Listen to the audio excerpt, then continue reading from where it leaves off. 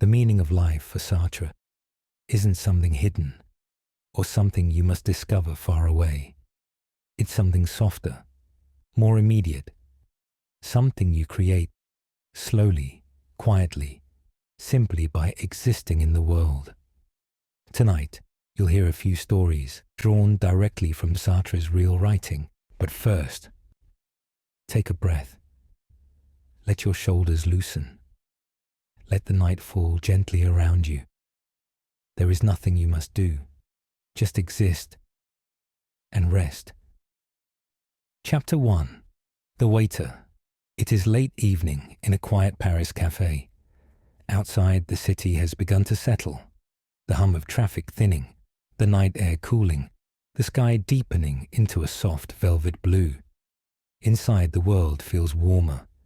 Lamps glow like gentle amber candles, casting long, golden pools across small round tables and worn wooden floors. The light flickers slightly with each shift of air, as if breathing slowly with you. Somewhere near the back, ceramic plates clink softly, a whisper of porcelain against porcelain, and the low murmur of conversations fades until it becomes just a soft, comforting haze, like warm static in the background of the night. And then, you notice him, the waiter, the man Sartre wrote about in Being and Nothingness, in a famous passage about bad faith, role-playing, and the quiet ways we sometimes hide from our own freedom. He moves between the tables with a kind of practiced elegance. Watch him for a moment, not judging, not analyzing, just observing, the way Sartre once did. The waiter's gestures are a little too exact, a little too graceful, almost as if he is performing the idea of a waiter rather than simply serving coffee. The tray he carries remains perfectly level, as if balanced on invisible strings. His steps fall with a delicate precision, heel, then toe, then heel again, careful, deliberate, almost ceremonial. He leans forward just so, his spine curving into the exact angle one expects from an attentive server. He bows with the precise degree that tradition dictates. He smiles with a gentle exaggeration, a smile rehearsed, polished, nearly theatrical. Every movement looks as though it has been scripted. Every gesture guided by a silent stage direction, written long before tonight. This is what Sartre noticed. This is what caught his attention, and what made the scene so revealing, so human, so quietly profound. The waiter is not lying, not pretending in a deceitful way. No, Sartre is careful about that. Rather, the waiter is hiding inside the role, allowing it to define him completely, totally, as if he were nothing more than the uniform he wears and the tasks he performs. Sartre called this bad faith, a gentle human tendency to slip into roles so tightly that we forget we are always more than any role can contain. Bad faith is not a moral failure. It is not bad in the way of wrongdoing. It is simply the soft forgetting of our own freedom. The waiter, in Sartre's eyes, pretends he is only a waiter, that his possibilities end at the edge of his tray, that his life, his identity, his choices are limited to the motions he performs in this one room on this one evening. He acts as though the world has written his essence for him, as though he were an object, fixed, defined, unchangeable. But Sartre reminds us gently, no one is ever only a role, not the waiter, not you, not anyone. Because behind every action you take, no matter how small, lies a quiet field of possibilities. Paths you could have walked, choices you could have made, moments you could still choose. Sartre believed that we are always more than who we appear to be in any single moment. We are not objects. We are not statues. We are not fixed shapes in the eyes of others. We are pour soi, beings for ourselves, conscious, open, free, forever in motion, forever creating ourselves through the choices we make and the ones we refuse to make. Even here, in this quiet cafe, Sartre saw not a simple scene, but a subtle lesson about the human condition. He saw how easily people slip into comfortable performances, how they smooth out the edges of their freedom, how they tell themselves softly, "I am only this. This is all I can be." But you don't need to do that tonight. You don't need to perform anything. Not a job, not a persona, not a mask of competence or calm, not the expectations that others quietly place on you, not the versions of yourself you carry through the day. You can let it all rest, all of it. Let the roles you perform today soften around the edges. Let them fall to the floor, like coats you no longer need to wear.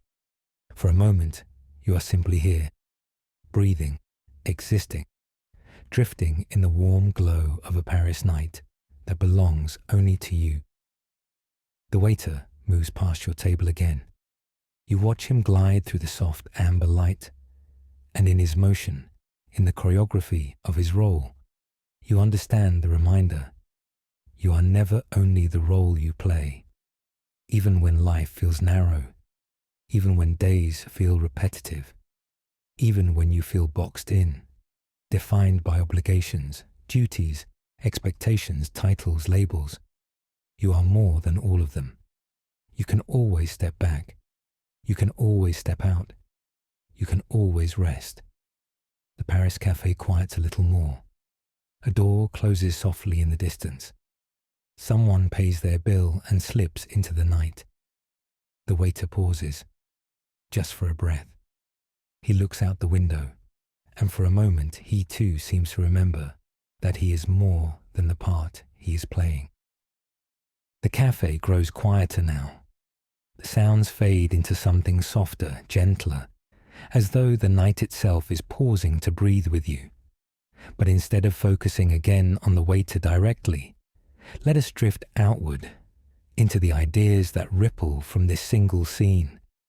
Ideas that have fascinated philosophers, scholars, and readers for decades. For even though the moment seems small, a man carrying a tray, it opens into something surprisingly vast. A doorway into the human condition. A quiet question about what it means to live freely, to act intentionally, to understand ourselves, and to shape a life that feels like our own.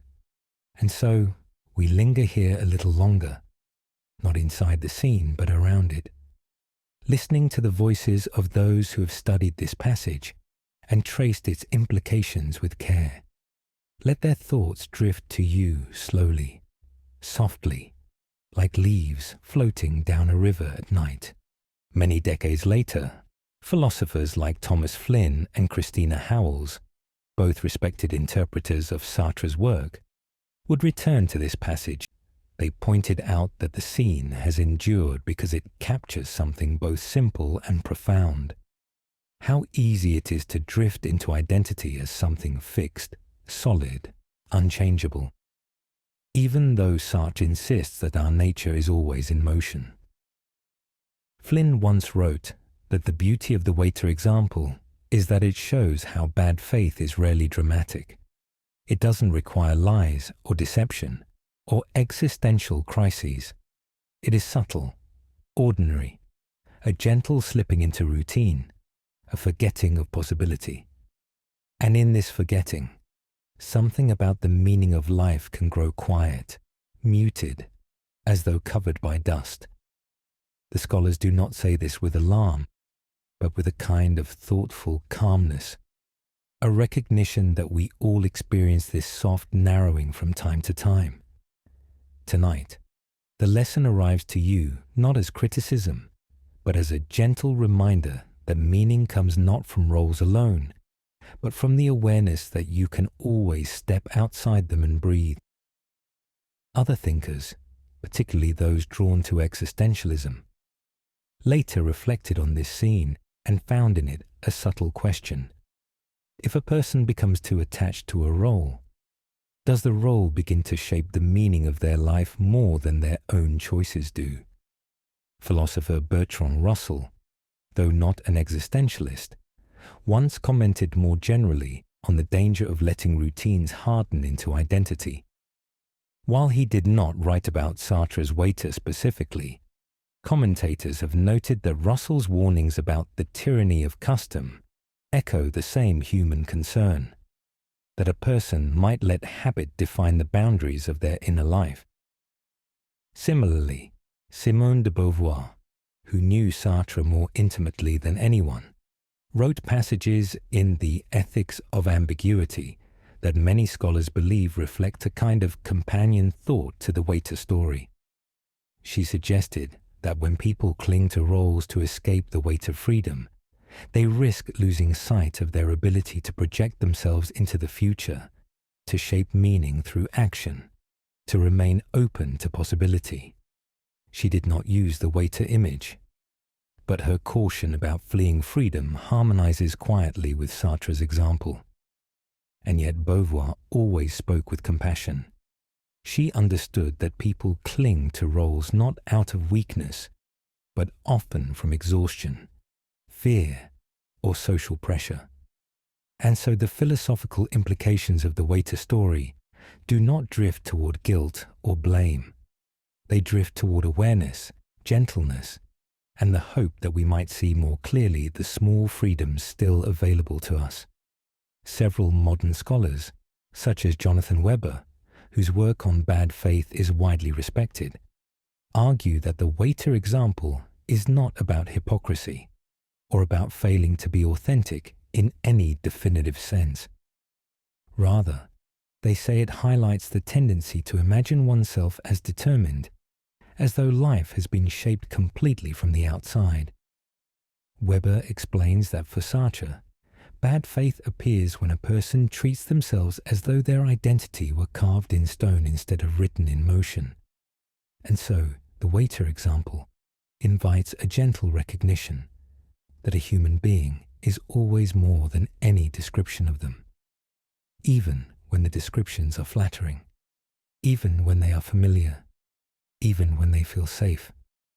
You might let that thought rest quietly beside you now, not pressing, not asking anything of you, just sitting there like a candle glowing softly on a small wooden table.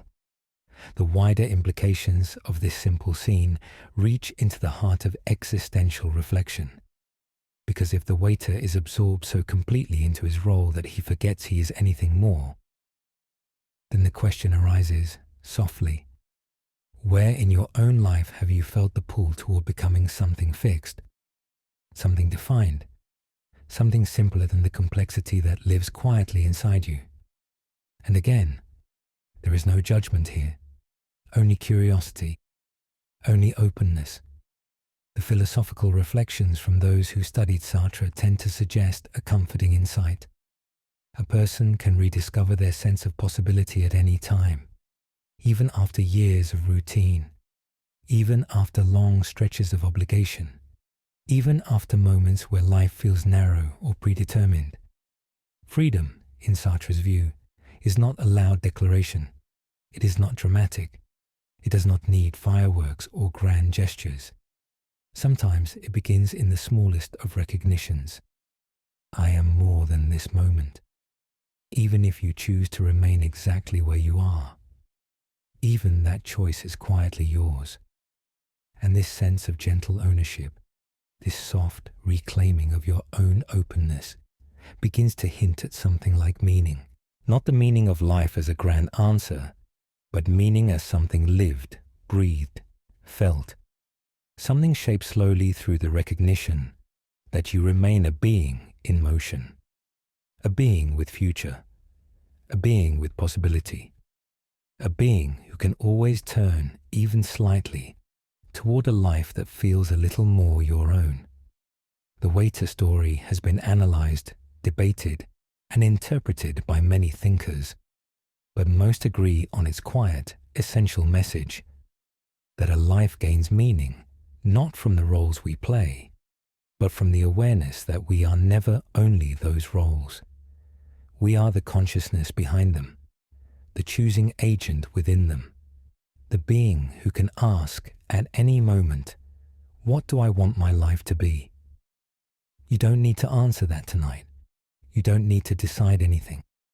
You only need to know, softly, sleepily, that the question is always open, always waiting, always yours. Let that openness soothe you. Let it rest beside you like a warm blanket laid gently over your shoulders.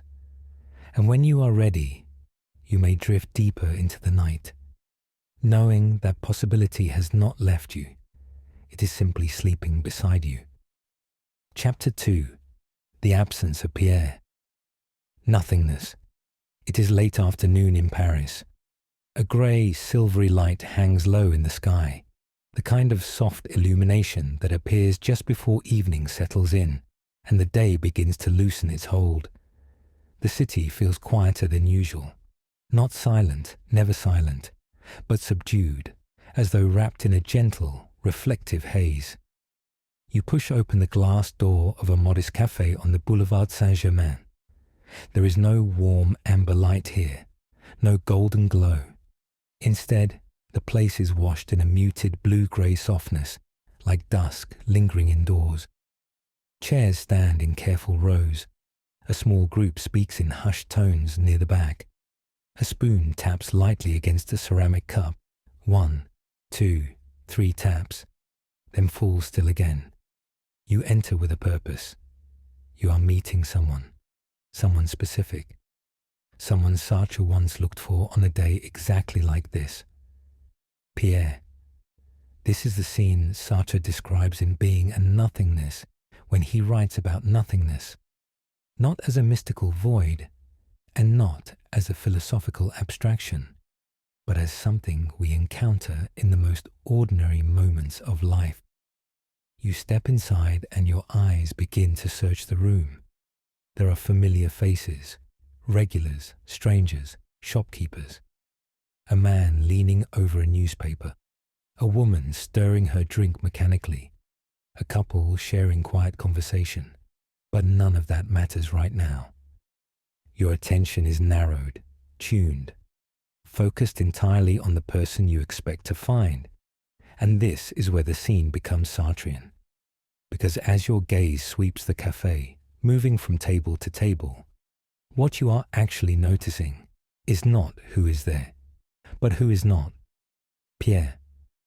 His absence is not a vague, neutral fact. It hits you immediately, without calculation, without hesitation, without effort. You feel it before you can even articulate it. This is Sartre's point. The consciousness that looks for Pierre creates a space shaped like him. An expectation, a possibility, a picture of his presence. And the moment that picture fails to align with reality, a certain kind of nothingness appears. Not emptiness in the room, but emptiness in relation to your intention. You glance at the counter, not there. You check the table near the window, not there. You scan the corners, the doorway, the shadows. Still, Pierre is not there.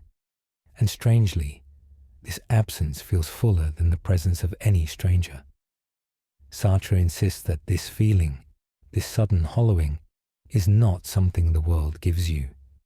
It is something consciousness creates. Nothingness is not an ingredient that reality offers up. It is not floating in the air, waiting to be discovered. It is an invention, a projection, a sculpted shape carved by a consciousness that anticipated something else. You create the absence by expecting Pierre. This cafe is not missing 1,000 people. It is not missing Napoleon or Da Vinci or the waiter from earlier. It is not missing anyone you had no intention to find. It is missing only one thing, one person. And that absence feels sharp, distinct, clear, because Pierre was supposed to be here. Sartre wrote that nothingness enters the world through consciousness, through you, through the one who searches and does not find. And in that very moment, a subtle shift occurs. The cafe, which moments ago felt like a unified, continuous space, a simple arrangement of tables, chairs, people, suddenly becomes porous, marked by a hollow pocket where Pierre should be. The world has not changed, but your awareness has. In this shift, Sartre sees something profound, something delicate and fundamental about human existence. You are not a passive observer of a fixed, completed universe. You are a participant who shapes meaning, who draws boundaries, who marks presence and absence by intention alone. In this soft evening cafe, nothingness appears not as a dark void, but as a quiet contour traced by your expectations, and you feel it gently. A slight sinking, a subtle disappointment, a hollow that echoes somewhere just behind the ribcage. You settle into a seat. The chair creaks softly beneath you. A faint scent of roasted coffee lingers in the air, mild and warm. You exhale. Pierre is not coming, at least not yet. And in this realization, Sartre sees the mind's ability to negate the world, to introduce absence into a space filled with presence. It is an elegant example, one of his clearest. He wanted to show that nothingness does not exist out there, waiting in the corners of the universe. It appears only because consciousness is capable of stepping back, questioning, expecting, imagining the world as something other than what it is. This ability to say no, to sense lack, to perceive what is not, is tied to freedom. Because the moment you recognize that Pierre could have been here and is not, you also recognize that things could be different, that the world is not fixed and neither are you. The quiet cafe becomes a mirror of your own capacity to imagine alternatives. This is the seed of Sartrean nothingness, soft, human, subtle, not cosmic darkness, but an everyday absence that reveals possibility. You look again at the door, half expecting Pierre to walk in, half knowing he will not. And in that instant, in the flicker between hope and resignation, you feel the strange softness of nothingness forming again, not scary, not vast, just present, a gentle hollow in the fabric of the evening. And slowly, you rest your hands on the table. The cafe hum fades into background warmth. Your shoulders loosen. You breathe. In the quiet absence of Pierre, Sartre discovered something essential about consciousness. Perhaps tonight you discover something too. Something about how absence can open space inside you. Not emptiness as loss, but emptiness as room to breathe, room to rest, room to let the day fall away. You are here. And the stillness, the nothingness, the soft, unfilled space around this moment is yours to settle into. Let it hold you. Let it soothe you.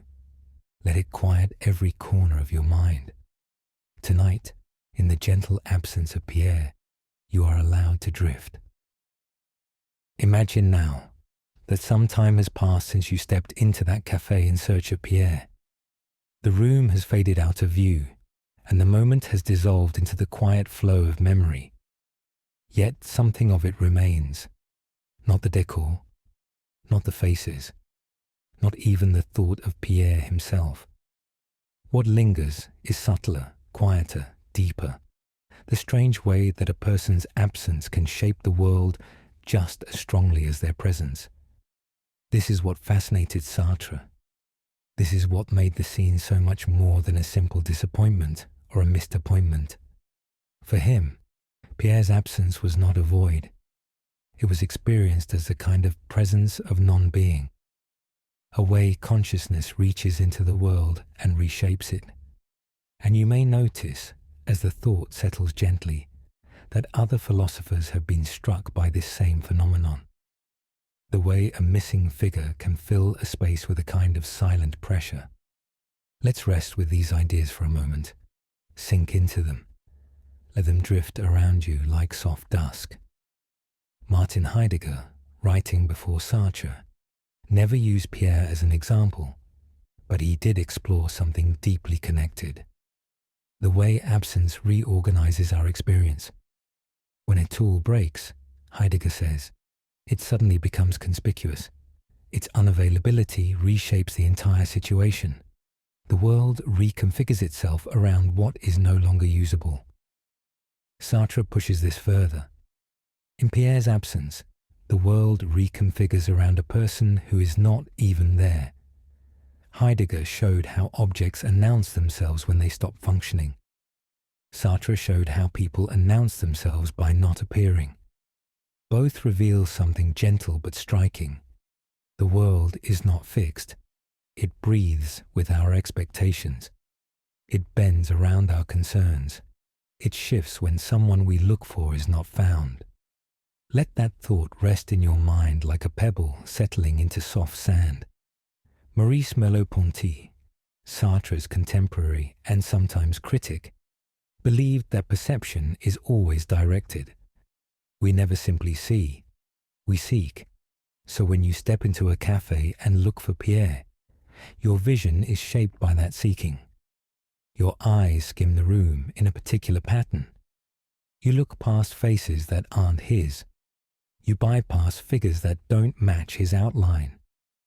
Merleau-Ponty noted that the body itself participates in this intention. Your posture, your breathing, the tilt of your head. For him, the cafe becomes saturated with the not Pierre, a kind of gentle filtering, a quiet selection, a soft erasure. This affirms Sartre's point with a warm, almost tender nuance. Absence is not nothing.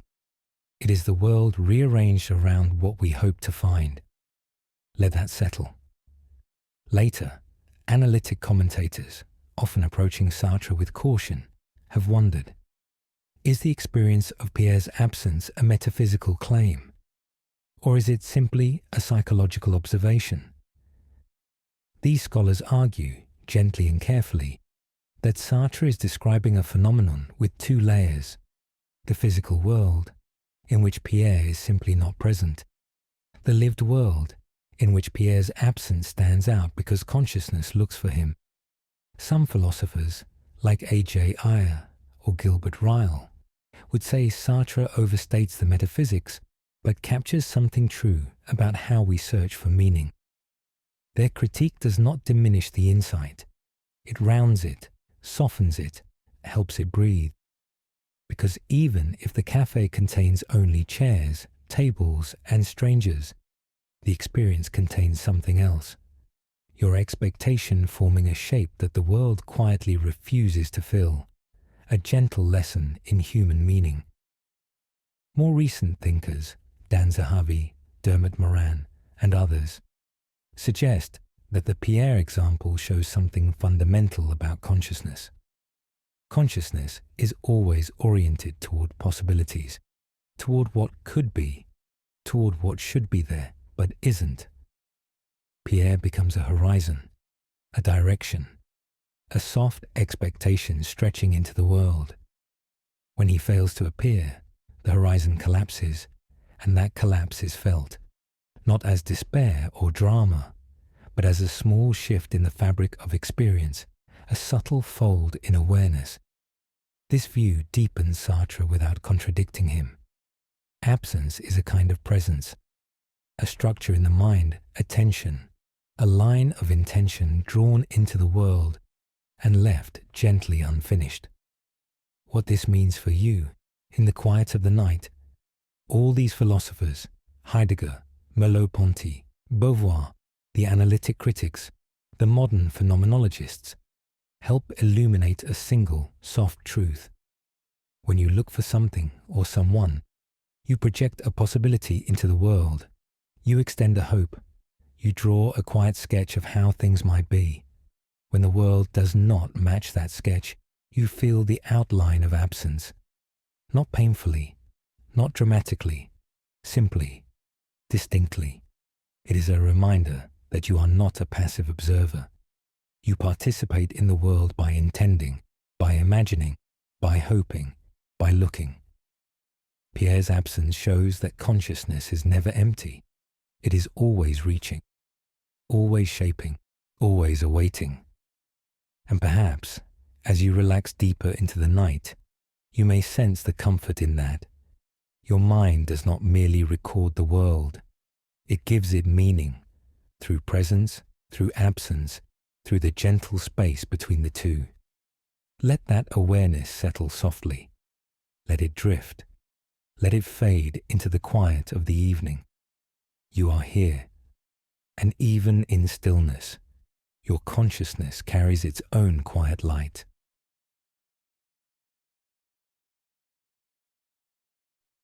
Chapter 3.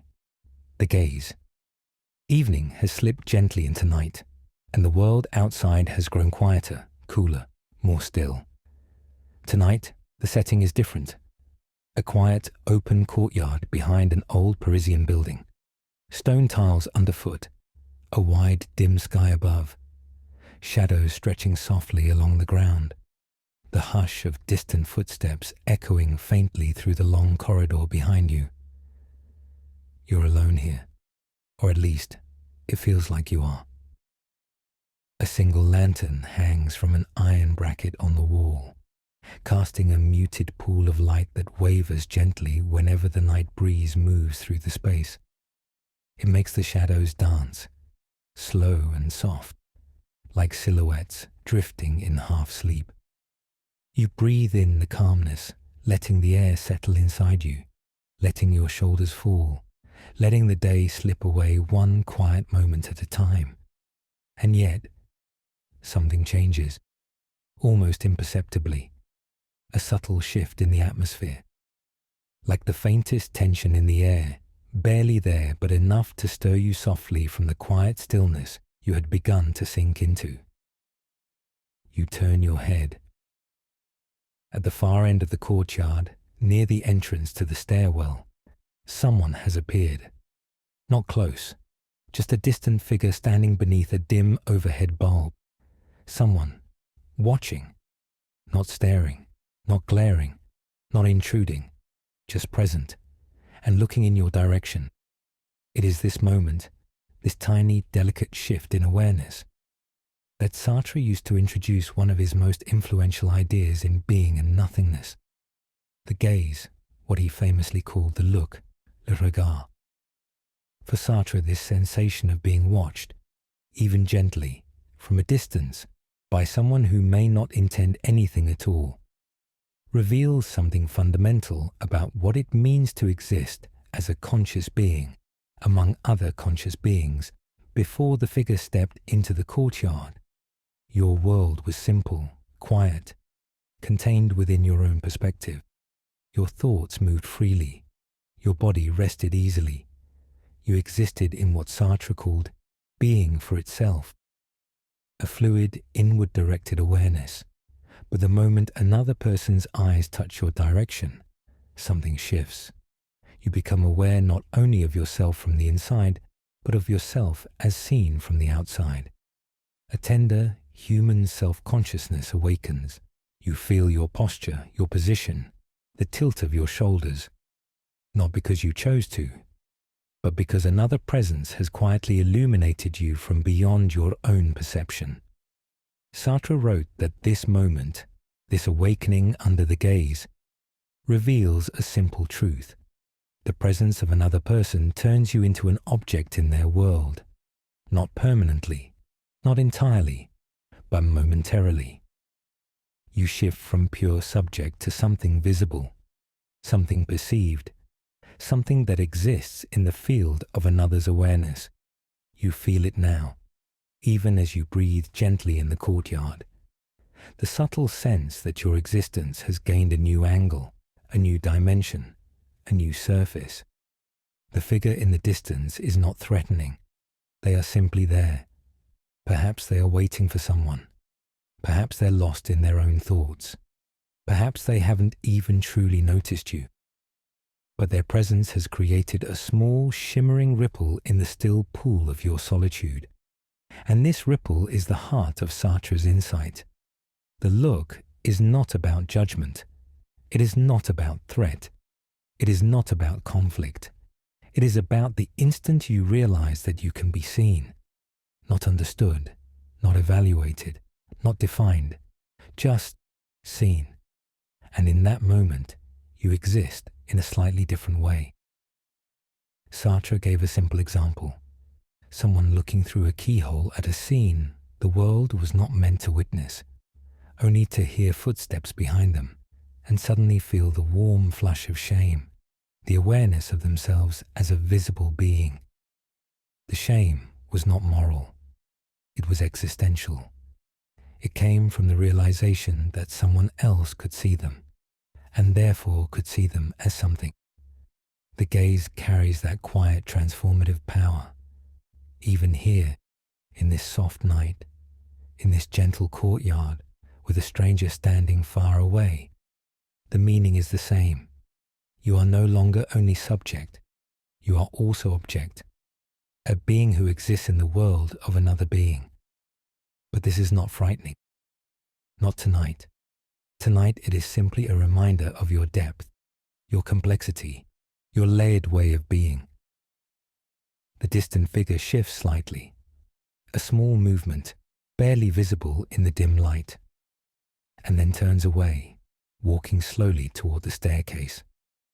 Their footsteps grow softer, fainter, until the courtyard belongs fully to you again. The tension dissolves, your body loosens, the air returns to its earlier calmness. The moment passes like a faint cloud drifting across the moon. You are alone once more, but something is different now, something subtle, something inward, because the experience of being seen, even briefly, has reminded you of the dual nature of your existence. You are a subject with inner thoughts, private feelings, a rich internal world that no one else can truly enter. And you are an object with a presence in the world, a visible form, a being with weight and outline and shape in the eyes of others. Sartre believed that this interplay is one of the most profound aspects of what it means to be human. The look does not trap you. It simply reveals that you are a being who exists among other beings. And tonight, as the courtyard grows quiet again, you can let that truth rest softly in the background of your awareness.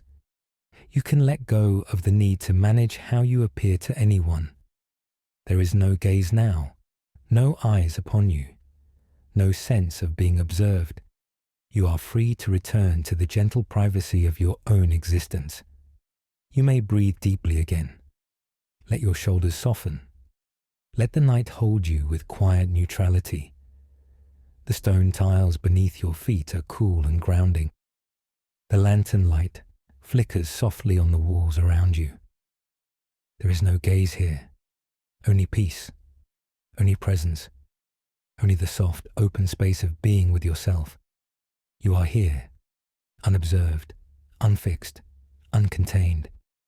And in this calm, Sartre would say, you return to your original freedom, the freedom to shape yourself from within, moment by moment, breath by breath. Let the night settle, let the quiet deepen. Let yourself drift gently back into your own center. For now, you exist only for yourself. And that, Sartre would tell you, is a kind of freedom you deserve to rest in. The room is quiet now. The moment of being seen, that flash of becoming an object in another's awareness, has passed. But something still lingers.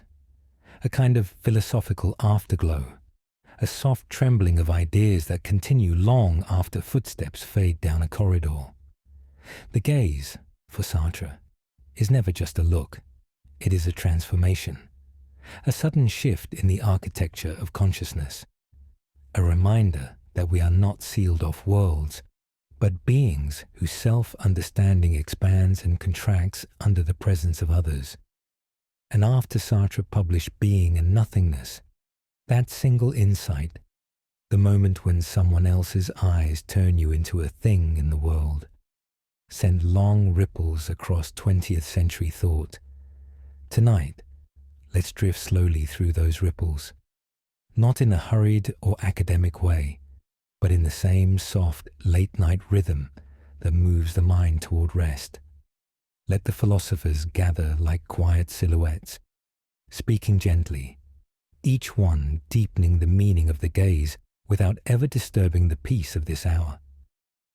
Maurice Merleau-Ponty, Sartre's contemporary, and at times his friendly rival, believed Sartre went too far when he made the gaze a kind of sudden seizure of one consciousness by another. In Merleau-Ponty's eyes, the gaze was not a lightning strike, not a trap, not a snare, not an event that turned one person into a frozen object. He saw it as something gentler, more fluid, more intertwined. He wrote that when someone looks at you, your body doesn't become a statue. It becomes visible, a participant in the shared fabric of perception. For him, being seen was not a loss of freedom, but an invitation into relationship. And when read beside Sartre, his voice softens the edges of the idea. The gaze is not always a threat. Sometimes it is simply a meeting, a moment where two beings recognize that they inhabit the same world. Let that soften the idea in your mind too. The gaze does not always imprison. Sometimes it reveals. Emmanuel Levinas, who admired and disputed elements of Sartre's work, felt that Sartre missed something profound. To Levinas, the face of the other is not a danger, not a moment where you lose yourself, not an event that objectifies you. It is a summons, an ethical call, a reminder that another consciousness carries its own vulnerability, its own desires, its own suffering, its own infinite depth. Under Levinas's reading, the gaze becomes something sacred. Not I am seen and turned into an object, but there is another being before me, and I am responsible for how I meet them. A softer way of understanding the look, one that brings warmth rather than anxiety. For Levinas, when someone looks at you, they aren't diminishing your freedom. They are inviting your humanity to awaken. Michel Foucault, in a later generation, did not directly attack Sartre's gaze, but transformed the conversation entirely. For him, the power of being seen was not primarily in one person's eyes meeting another's in a hallway. It was in the structures that watch us all the time. Institutions, schools, hospitals, social norms, invisible expectations, unspoken standards. Foucault described a world where we internalize the gaze of society long before another person ever turns their head. A world where you behave as though watched even when alone. Read alongside Sartre, Foucault expands the gaze into an entire atmosphere, the air of modern life, and his insight casts a new shadow on Sartre's moment. Sometimes the look that holds us is not from one pair of eyes, but from all the silent expectations we've inherited. Let that settle quietly in your thoughts, not as tension, but as understanding. The gaze is not one thing, it is many. Modern scholars have taken Sartre's idea into new places he never lived to see.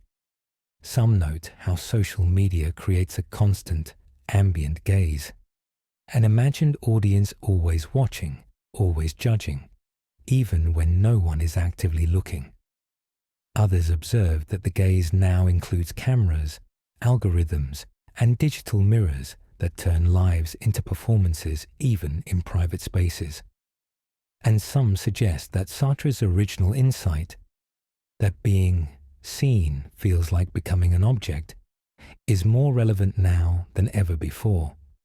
But all these interpretations, despite their differences, circle around a single truth. To be looked at is to feel exposed.